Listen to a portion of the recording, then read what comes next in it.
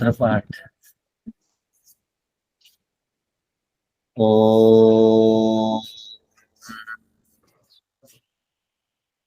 सहनाववतु सहनौ भुनक्तु सह वीर्यं करवावहै तेजस्विनावधीतमस्तु मा विद्विषावहै।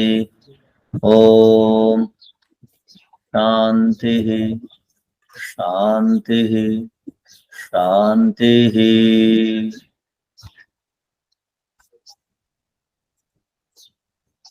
सांख्य दर्शन वहां प्रथम अध्याय।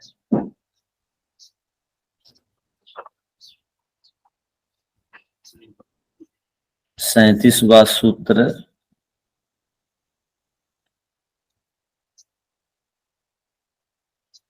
का अर्थ कल हम लोगों ने लिखा था और सूत्र को पढ़ लिया था।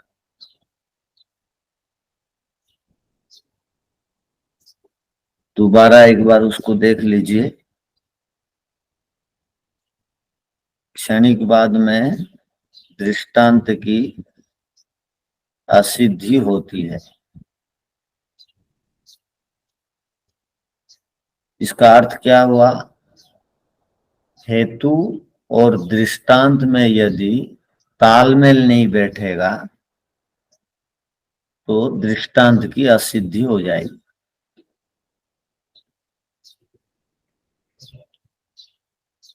अपना पक्ष को बताने के लिए 5 वाक्य बोले जाते हैं। तो सबसे पहले प्रतिज्ञा वाक्य बोला जाता है, उसके बाद हेतु, उसके बाद दृष्टांत माने उदाहरण, उसके बाद उपनय, उसके बाद निगमन। तो सबसे पहले प्रतिज्ञा वाक्य बोलते हैं। जैसे हम लोग बोलेंगे, क्या बोलेंगे? शरीर अनित्य है बोलेंगे, ये प्रतिज्ञा वाक्य है। शरीर अनित्य है। हेतु क्या होगा? उत्पत्ति धर्म वाला होने से। उदाहरण क्या बनेगा? दृष्टांत घड़े के समान, जैसे घड़ा। तो अब देखिए, क्षणिकवाद में प्रतिज्ञा वाक्य को थोड़े देर के लिए भूल जाइए, केवल हेतु को और दृष्टांत को ध्यान में रखिए। हेतु क्या है? उत्पत्ति धर्म वाले जितने भी पदार्थ हैं, उत्पत्ति धर्म वाले पदार्थ हेतु है, माने कारण उत्पत्ति धर्म वाला।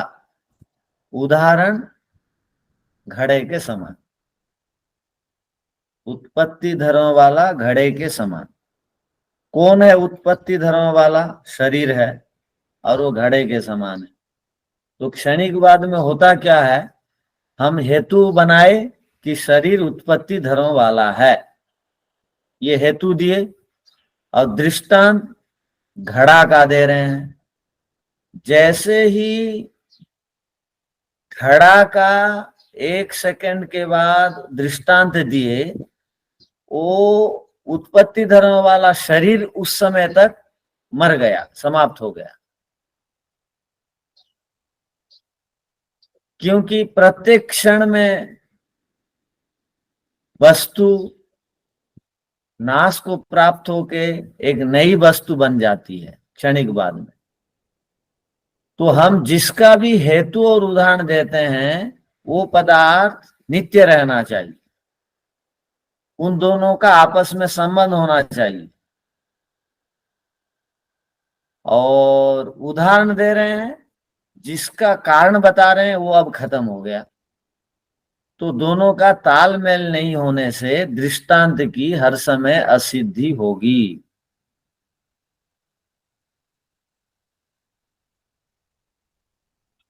तो इस सूत्र को आप लोग समझ गए या नहीं?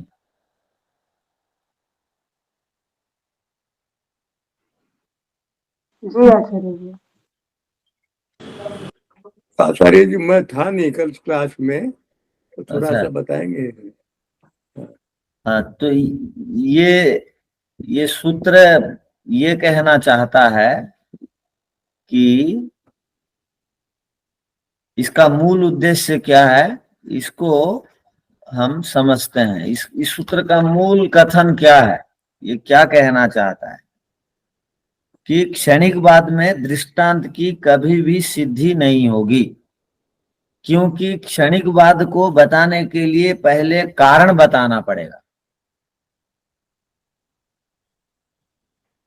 आपको अपनी बात सिद्ध करने के लिए पहले हेतु देनी पड़ेगी, कारण बताना पड़ेगा। आप बोल रहे हैं, आप बोल रहे हैं, आप प्रतिज्ञा कर रहे हैं कि कुछ लोग शरीर को सदा रहेगा बोल रहे हैं, किंतु आप अपना सिद्धांत पुष्ट करना चाहते हैं शरीर नाशवान है, सदा नहीं रहता है। तो उसने कहा आप शरीर नाशवान है क्यों बोल रहे हो, तो आप कारण बताए, क्योंकि वो उत्पत्ति धर्म वाला होने से। वो बोला आप उत्पत्ति धर्म वाला है बोल रहे हैं, पैदा होता है बोलते हैं, आप एक एग्जाम्पल दो तो पैदा होता है जो बोल रहे हो, उदाहरण जो फिट बैठता हो पैदा होने वाले पदार्थ के साथ। तो उसने कह दिया आपने घड़ा को देखा है? उसने कहा हाँ। घड़ा पैदा होता है या नहीं? उसने कहा हाँ। घड़ा बनाते हैं? हाँ। वो उत्पन्न होता है? हाँ। नष्ट होता है? हाँ।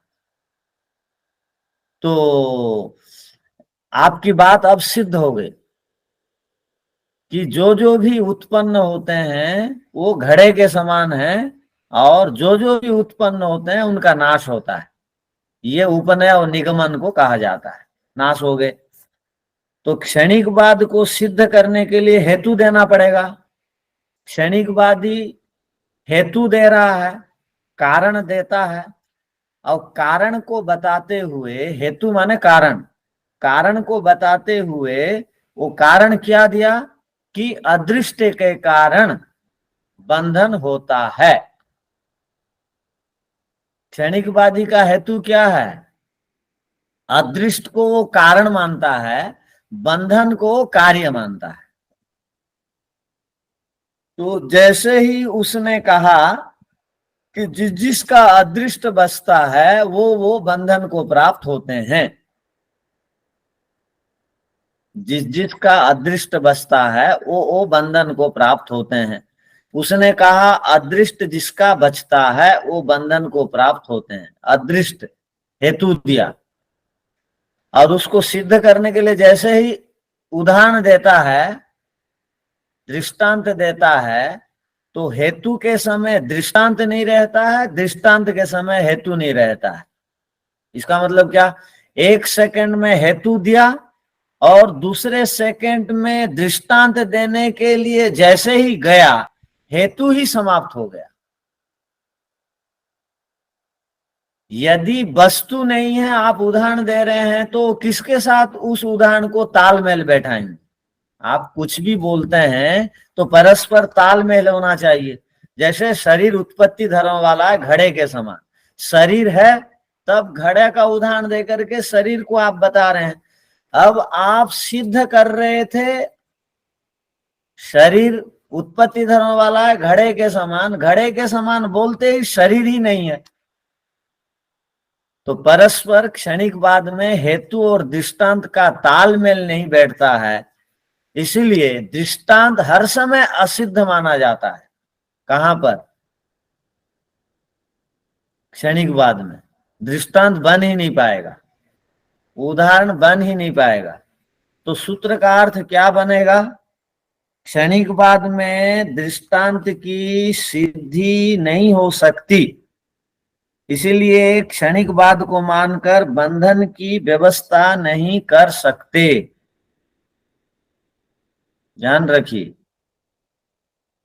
एक सेकंड में हेतु को रख दिया और दूसरे सेकंड में दृष्टांत को रखा, 1 सेकंड के बाद हेतु के बाद दृष्टांत को दिया, तो जब दृष्टांत को देता है उस समय हेतु समाप्त हो जा रहा है, तो दृष्टांत के बोलते समय हेतु नहीं रहता है और हेतु के बोलते समय दृष्टांत रहता है, इसलिए दोनों का परस्पर संबंध असंभव है। इसलिए दोनों का तालमेल नहीं होने से क्षणिक बाद में हर समय दृष्टांत की असिद्धि होगी।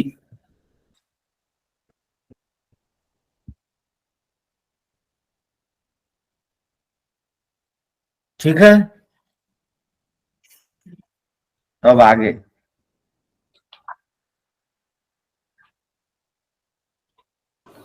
ओम आचार्य नमस्ते।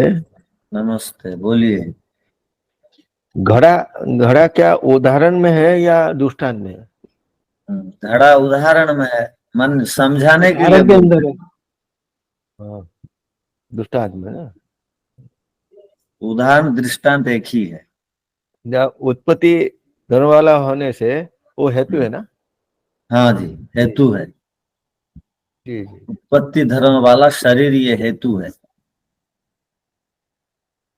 तो शरीर नहीं है दृष्टांत देते समय, और दृष्टांत बोलते समय हेतु नहीं है, हेतु बोलते समय दृष्टांत नहीं है, तो तालमेल नहीं होने से क्षणिक बाद में क्या सिद्ध नहीं होगा, दोनों का संबंध नहीं होने से बंधन सिद्ध नहीं होगा। अदृष्ट आत्मा को बंधन नहीं बांध पाएगा, बंधन कार्य है, अदृष्ट आत्मा कारण है।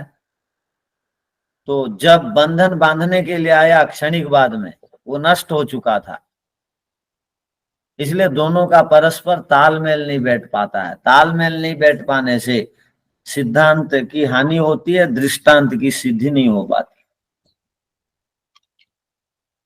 अब आगे देखिए, प्रसंग चल रहा है क्षणिकवाद का। क्षणिकवाद को मानने पर दृष्टांत की सिद्धि नहीं हो रही है, यह हम पीछे हम लोगों ने पढ़ लिया। सब कुछ क्षणिक है, जिस समय आप हेतु देते हैं उस समय दृष्टांत नहीं रहता है, और जब दृष्टांत देते हैं उस समय हेतु नहीं रहता है। ये विचित्र स्थिति है क्षणिकवाद में, इसको ध्यान रखिएगा। तो अब क्या कहना चाह रहे हैं अगला सूत्र में, अथच और युगपत जायमानयोर न कार्य कारण भावः, जो भी पदार्थ एक साथ उत्पन्न होंगे, दो पदार्थ यदि एक साथ उत्पन्न होंगे तो उन पदार्थों में कार्य कारण भाव असंभव होगा। जो भी पदार्थ, दुनिया का कोई भी कार्य पदार्थ एक साथ उत्पन्न नहीं होते हैं। इसका मतलब क्या हुआ, या एक साथ उत्पन्न होने वाले, कई बार क्या है, दो बच्चे एक साथ पैदा हो जाते हैं, जुड़वे बच्चे। तो अब जुड़वे बच्चे यदि एक साथ पैदा हो गए तो आप कहेंगे क्या, लब कुश का कारण, ऐसा कहेंगे? जुड़वे बच्चे पैदा होने पर एक कार्य एक कारण बन सकता है क्या? मां ही कारण बनेगी ना। दो जुड़वा होने पर भी मां ही कारण बनेगी, वो दोनों आपस में कार्य कारण नहीं बन सकते, इसको ध्यान रखिए। तो दुनिया में कोई भी जो भी कार्य पदार्थ बनता है उससे पहले कारण पदार्थ विद्यमान रहता है। एक साथ उत्पन्न होने वाले दो पदार्थों को कारण और कार्य नहीं कहा जा सकता है। तो मान लिया जाए क्षणिक बाद में एक क्षण में दो पदार्थ उत्पन्न हो करके कार्य कारण भाव को प्राप्त हो जाते हैं, कहेंगे तो भी यह असंभव है। क्यों? पहले कारण उत्पन्न हुआ, उसके कुछ क्षण के पश्चात कार्य उत्पन्न हुआ, एक क्षण के पश्चात कारण ही समाप्त हो गया, और बिना कारण का कोई भी कार्य पदार्थ अस्तित्व में नहीं रहता है। बिना कारण का कोई भी कार्य पदार्थ अस्तित्व में नहीं रहता है या रहेगा। आटा नहीं है रोटी है बोलेंगे, ये असंभव बात है। ईंट पत्थर और सीमेंट और चिप्स नहीं है घर बना हुआ है बोलेंगे, ये असंभव बात है। लोहे आदि प्लेट नहीं है गाड़ी ठहरी हुई है बोलेंगे, ये असंभव बात है। तो क्षणिक बाद में कार्य कारण भाव सिद्ध हो ही नहीं रहा है। जब कार्य है बोल रहे हैं तो कारण उस समय नाश को प्राप्त हो चुका है। तो दोनों का तालमेल नहीं बैठता है। और एक साथ दुनिया में कोई भी पदार्थ उत्पन्न होकर के कार्य और कारण भाव को उत्पन्न नहीं कर सकते हैं। ये मूल विषय है। तो पहले सूत्र का अर्थ लिख लीजिए, फिर देख लेंगे इसको।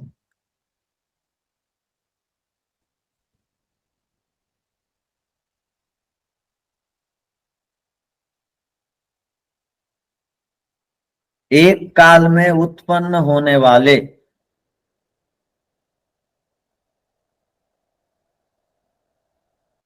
दो पदार्थों में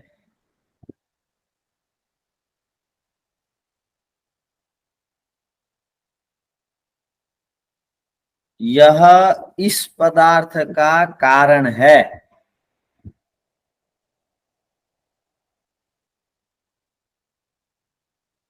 और यह इस पदार्थ का कार्य है,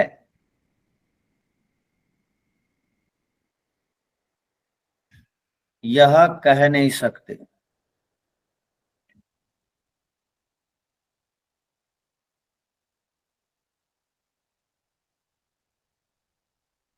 जहां जहां पर भी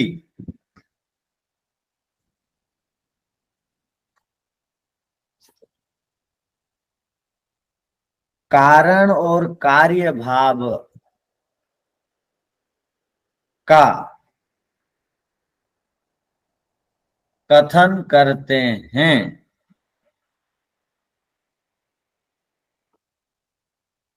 वहां कारण पहले होगा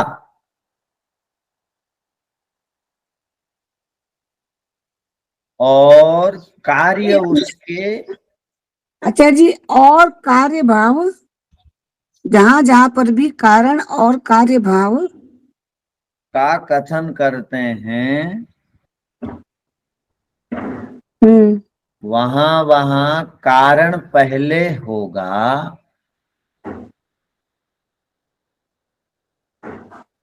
और उसके बाद कार्य होगा।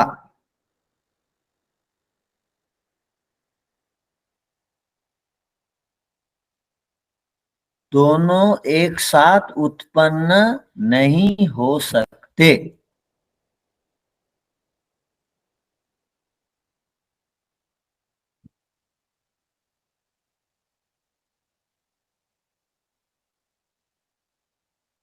अर्थात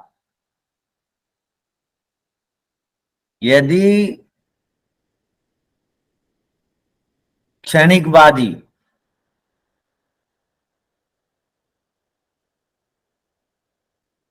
ऐसा माने कि एक ही क्षण में हेतु और दृष्टांत की उत्पत्ति हो जाए तो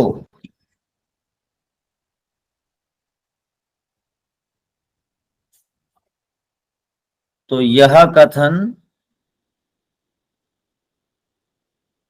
कभी भी उचित नहीं होगा।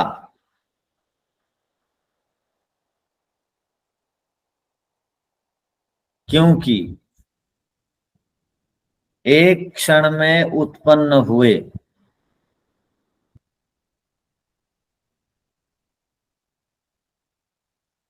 क्योंकि एक क्षण में उत्पन्न हुए दो पदार्थों का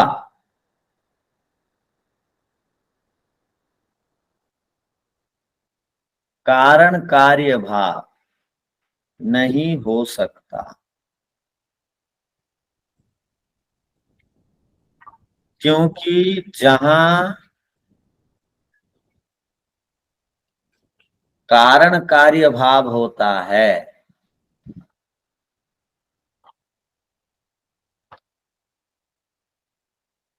वहां जी जहां क्योंकि जहाँ कारण कार्य भाव होता है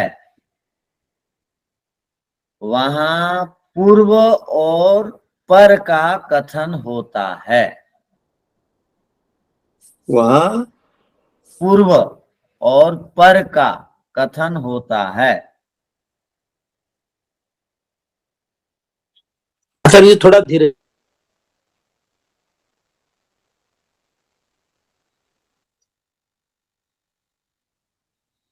पूर्व और पर का क्या मतलब? पर माने बाद, कारण माने रुई, पूर्व है, बाद है कपड़ा, पर है। कभी भी कोई ये नहीं बोलता है कि कारण और कार्य एक साथ उत्पन्न हो जाता है, रुई सूत कपड़ा एक साथ उत्पन्न हो जाता है, ऐसा नहीं कहेंगे। पूर्व और पर का कथन नहीं हो क्या लिखा अभी, क्या लिखा? पूर्व और पर का कथन होता है। हाँ होता है।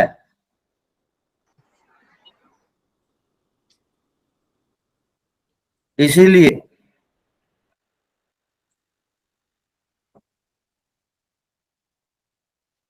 क्षणिकवादियों के मत में जो कहा जाता है कि हेतु और दृष्टांत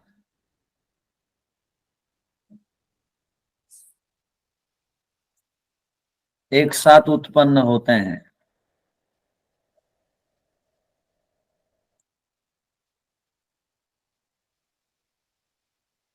यह कथन उनके मत में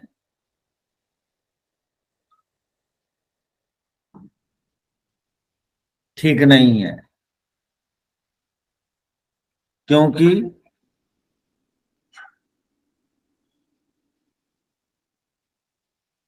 कभी भी कोई भी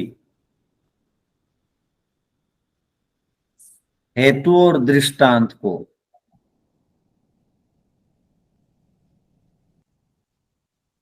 एक साथ नहीं बोल सकते।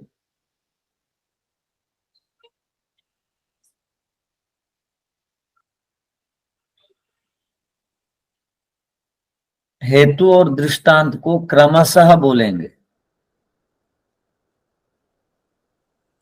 हेतु और दृष्टांत को क्रमशः बोले जाएंगे।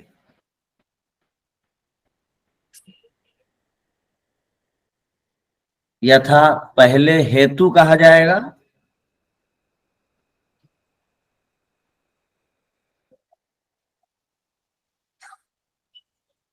पहले हेतु कहा जाएगा,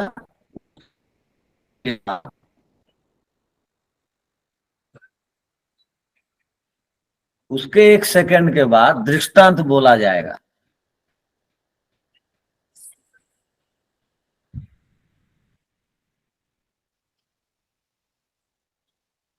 अर्थात पहले हेतु,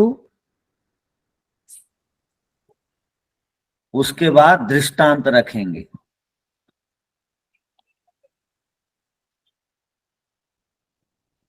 बात दृष्टांत रखेंगे,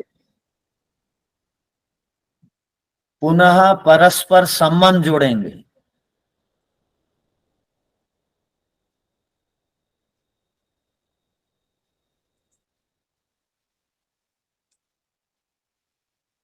क्षणिकवाद में दोनों के परस्पर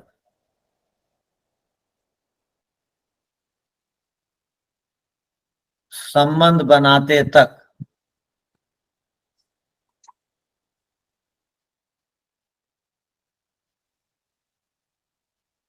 पहले वाला हेतु समाप्त हो जाए रहेगा।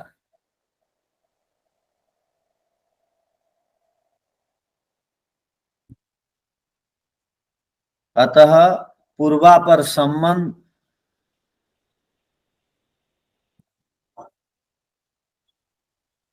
क्षणिक बाद में नहीं बन पाएगा।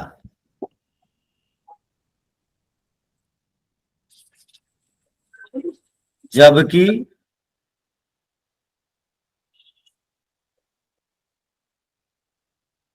किसी भी सिद्धांत की पुष्टि के लिए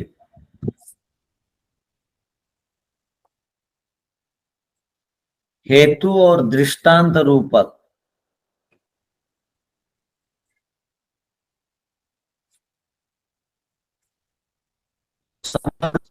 जबकि किसी भी सिद्धांत की पुष्टि के लिए हेतु और दृष्टांत का पूर्वापर संबंध होना अनिवार्य है।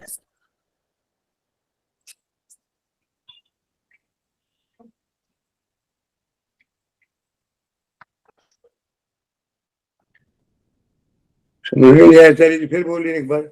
सिद्धांत की पुष्टि के लिए पूर्वापर संबंध जोड़ना अनिवार्य है।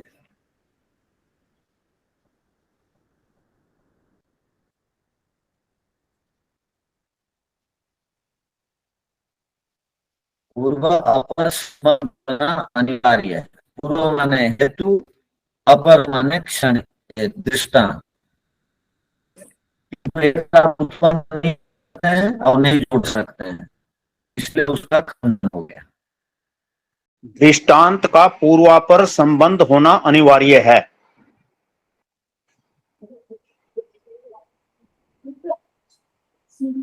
इसके बाद भी एक लाइन बोले हैं। सुनिए, अतः पूर्वापर संबंध क्षणिक बाद में नहीं बन पाएगा, जबकि किसी भी सिद्धांत की पुष्टि के लिए हेतु और दृष्टांत का पूर्वापर संबंध होना अनिवार्य है। बस इतना ही बोले हैं, इसके बाद इतना नहीं ही बोले। बोले, इतना ही इसके बोले। आगे नहीं बोले। ये अंतिम बात ये थी कि पूर्वापर संबंध अनिवार्य है। एक साथ यदि दो पदार्थ उत्पन्न होते हैं तो उन दोनों में हेतु और दृष्टांत, कारण और कार्य भाव नहीं बन पाता है। अतः आपका कथन, क्षणिकवाद का कथन ठीक नहीं है। अब भाष्य को देखिए।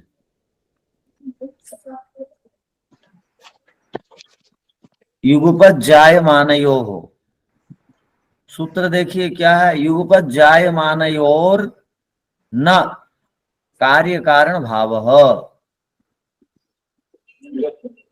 समाने क्षणे काले वा, एक काल में, एक समय में, क्षणे काले अथवा क्षण में या काल में, जायमानयोः माने उत्पन्न होने वाले पदार्थों, ये पदार्थयोः पदार्थों के कार्य कारण भाव न अस्येदम कारणम कार्यम वा न व्यवतिष्ठते, यह इसका कारण है, यह इसका कार्य है, ऐसी व्यवस्था नहीं बन पाएगी। यतः क्यों, कार्यात् पूर्वमेव कारणेन भवितव्यम, कार्य से पहले कारण का होना बहुत जरूरी है। कार्यम च कारणात् पश्चात एव प्रवर्तते, और जो कार्य पदार्थ होता है वो कारण के बाद ही होता है। ये दोनों का नियम हो गया। कारण किसे कहते हैं, जो कार्य का मूल है और जो पहले रहता है। और कार्य किसे कहते हैं, जिसकी उत्पत्ति कारण से, उसको कार्य बोलेंगे। अतएव इस हेतु से, हेतु दृष्टांत न योगपद्यम, हेतु और दृष्टांत दोनों एक साथ उत्पन्न नहीं हो सकते हैं। समान क्षणत्वम भवितुम अर्हति, एक क्षण में दोनों उत्पन्न नहीं हो सकते हैं। किंतु क्षणिकवादी कहता है दोनों एक साथ उत्पन्न हो गए। दोनों एक साथ उत्पन्न होंगे तो कार्य कारण भाव नहीं होगा।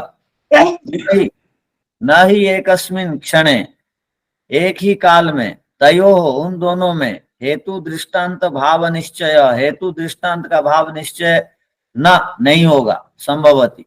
तत्र पूर्वापरस्य अवश्यम भावात्, पूर्व और पर का पूर्व और पर की स्थिति अवश्य रखनी चाहिए। तस्मात् इसलिए क्षणिक बादे बंधस्य केनापि सह कार्यत्व अनुपपत्ति ही। इसलिए क्षणिक बाद में बंधन कार्य रूप है ऐसा हम नहीं कह सकते, बंधन कार्य है ऐसा नहीं कह सकते। बंधन की उत्पत्ति ही नहीं होगी बंध की, क्यों? कारण समाप्त हो जाता है पैदा होते ही, कारण ही नहीं है तो कार्य बंधन है ऐसा कैसा कहेंगे? बिना कारण का कार्य नहीं ठहर सकता। और यहां बोल रहा है क्षणिक बाद में कारण समाप्त हो गया, अब कार्य बंधन है और वो बांध देगा, यह असंभव बात है। तो बात समझ में आ गई? जी। आगे चलिए। पूर्व अपाये उत्तर अयोगात। पूर्व अपाये, पूर्व कहते हैं पहले, अपाय कहते हैं नष्ट हो जाने को। अपाय माने मर जाना, अपाय माने नष्ट हो जाना, समाप्त हो जाना, इसको अपाय बोलेंगे। तो यहाँ क्या समस्या हो रही है कि पहले वाली जो चीज है या पहले वाला जो पदार्थ है वो नष्ट हो जा रहा है। उत्तर अयोगा, पहले वाला जो पदार्थ है वो नष्ट हो जाता है तो उत्तर पदार्थ के साथ उसका अयोगात संबंध नहीं हो पाता है। पूर्व वाला समाप्त हो जाने से उत्तर वाले पदार्थ के साथ उसका संबंध नहीं हो पाता है, यही कहना चाह रहे हैं। अपाय माने नष्ट हो जाने पर, पहली वाली वस्तु के नष्ट हो जाने पर अगले क्षण में उत्पन्न होने वाले पदार्थ का संबंध उस पहले वाले पदार्थ के साथ नहीं हो पाएगा। पहले वाला मर गया, पहले वाला पदार्थ अनुपस्थित है, पहले वाला पदार्थ मरा हुआ है, पहले वाला पदार्थ समाप्त हो चुका है, वह दूसरे क्षण में आने वाले पदार्थ का कारण कभी भी नहीं बन सकता। आटा ही नहीं है, हम बोलेंगे रोटी बन जाएगी। कारण की अनुपस्थिति में कार्य पदार्थ की उपस्थिति नहीं हो सकती। कार्य है उत्तर, कारण है पूर्व, पूर्व वाला समाप्त हो गया है तो उत्तर वाले के साथ पूर्व वाले का संबंध नहीं होगा, यही कहना चाह रहे हैं। तो पहले वाला जो समाप्त हो चुका है वो कभी भी कारण नहीं बन सकता है उत्तर वाले कार्य पदार्थ का, तो बाद वाला पदार्थ उसके पहले नहीं बनता और दोनों की उपस्थिति में ही कार्य कारण भाव बनता है। यहाँ कारण कार्य भाव नहीं बनेगा, क्यों?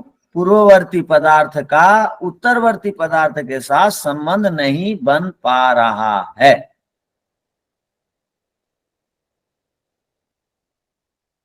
सूत्र का अर्थ समझ में आ गया होगा। पूर्ववर्ती पदार्थ का उत्तरवर्ती पदार्थ के साथ संबंध नहीं बन पा रहा है क्षणिक बाद में, इसीलिए वो माता जी ये 33 नंबर सूत्र का साथ समान हो जाता है। मुझे भी ऐसे ही लग रहा है।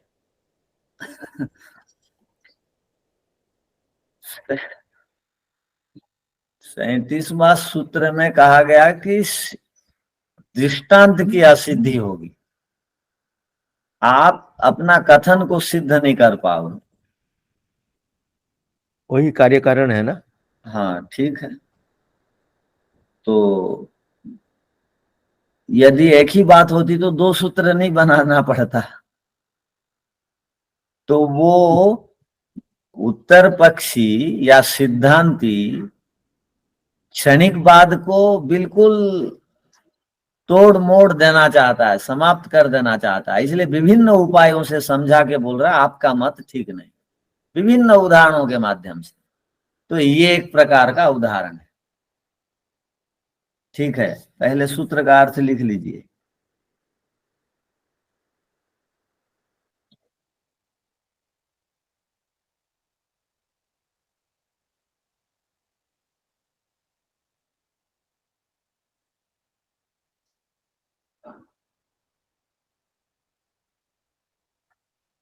पूर्व अपाये उत्तर अयोगात।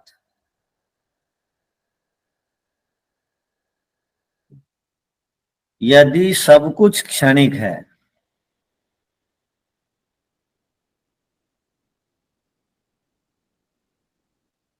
तो पूर्व काल में उत्पन्न पदार्थ का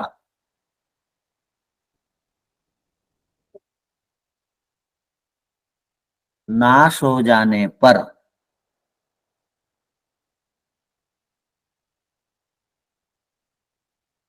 उत्तर काल में उत्पन्न पदार्थ के साथ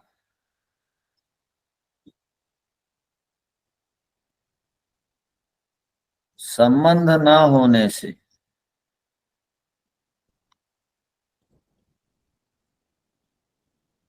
पूर्व काल वाला पदार्थ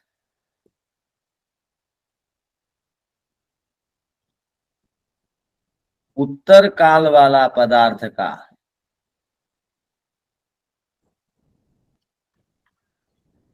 कारण नहीं बन सकता।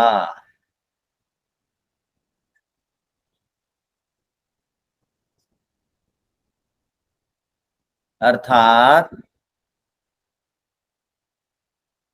क्षणिकवाद में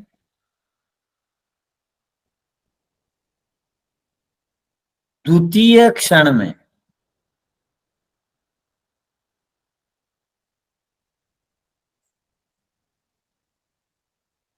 या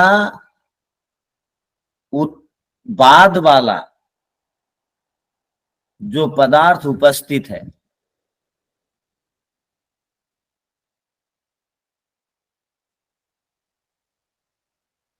उसका संबंध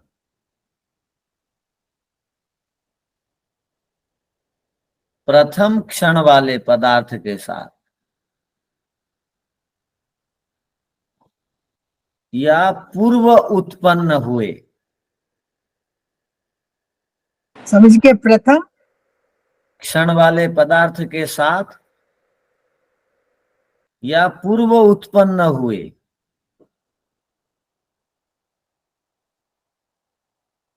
पदार्थ के साथ नहीं हो सकता।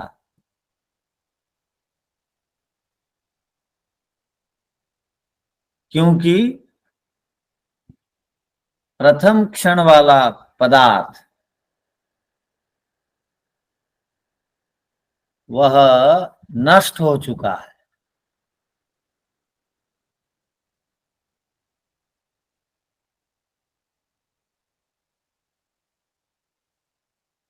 जो पदार्थ स्वयं नष्ट हो चुका है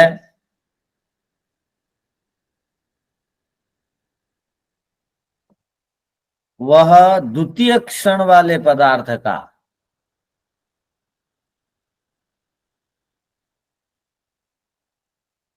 कारण कैसे बन सकता है? प्रश्नवाचक।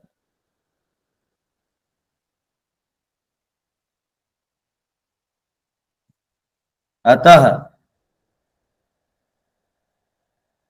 क्षणिकवाद में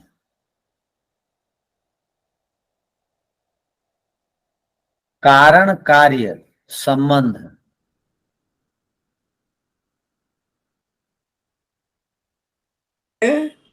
क्षणिकवाद में कारण कार्य संबंध कभी भी नहीं बन सकता।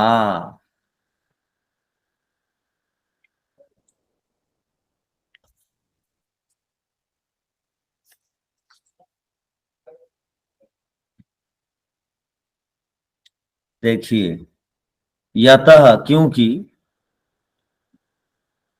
पूर्व अपाय, पूर्व वाला अपाय हो जाने से, शांत हो जाने से, मर जाने से, समाप्त हो जाने से, अपाय का अर्थ। उत्तर अयोगात, उत्तर वाले पदार्थ के साथ बाद वाले पदार्थ के साथ उसका अयोगात माने योग नहीं होगा। योग माने जुड़ना, अयोग माने नहीं जुड़ना, नहीं जुड़ना होगा। पूर्व अपाय उत्तर अयोगात, यदा सर्वम क्षणिकम, जब सब कुछ क्षणिक है, तदा तब पूर्वस्य, पूर्व का, अपाय, अपाय को खोल रहा है, नाशे सती, नाश हो जाने पर, अपाय का अर्थ नाश सती, सती माने हो जाने पर, तद उत्तरवर्ती न, वो बाद वाले उत्तरवर्ती, उत्पन्नस्य, उत्पन्न होने वाले, तेन नष्टेन पदार्थेन, उस पहले वाले नष्ट पदार्थ के द्वारा, सह अयोगात, उसके साथ अयोग होने से, संबंध अभावात, संबंध का अभाव होना से, न स पूर्व, वह पूर्व वाला, पदार्थ, पदार्थ, तस्य, उसका, उत्तरस्य माने बाद वाले का, कारणम, अथ न च, कारण नहीं होगा, न च उत्तर पदार्थस्य पूर्वस्य पदार्थस्य कार्यमस्ति, यदि पहले वाला पदार्थ बाद वाले पदार्थ का कारण नहीं होता है, तो जो बाद वाला पदार्थ बचा हुआ है वो कैसे कार्य कहलाएगा उस पहले वाले पदार्थ का? वो कार्य भी नहीं कहलाएगा।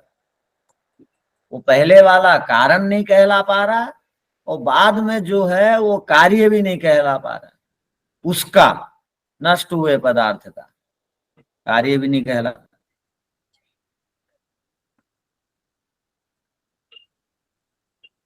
सर्वस्य क्षणिकत्वात् संबंधः,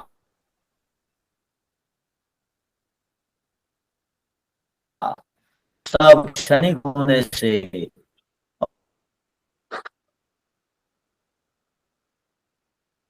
और सबका सबके साथ संबंध का अभाव होने से।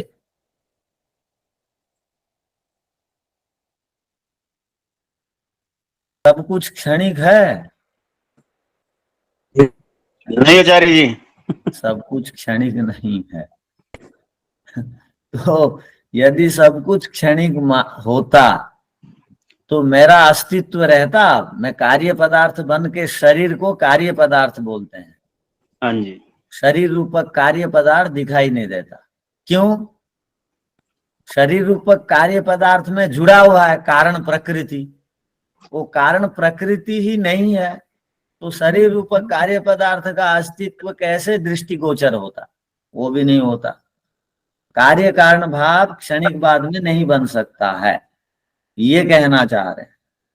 तो ऋषियों की विचक्षण बुद्धि है और विचक्षण बुद्धि से, प्रतिभा से वे बीच बीच में आने वाले संप्रदायों का, मतों का अपनी प्रतिभा से किसी को बिना दुख दिए खंडन भी करते हैं। अब कोई दुखी भी नहीं होगा इस प्रकार के खंडन से। हम लोग बोलते समय बहुत कठोर बोल देते हैं, खंडन करना नहीं जानते हैं तो दुखी हो जाते हैं लोग। किंतु यहाँ कोई दुखी होगा?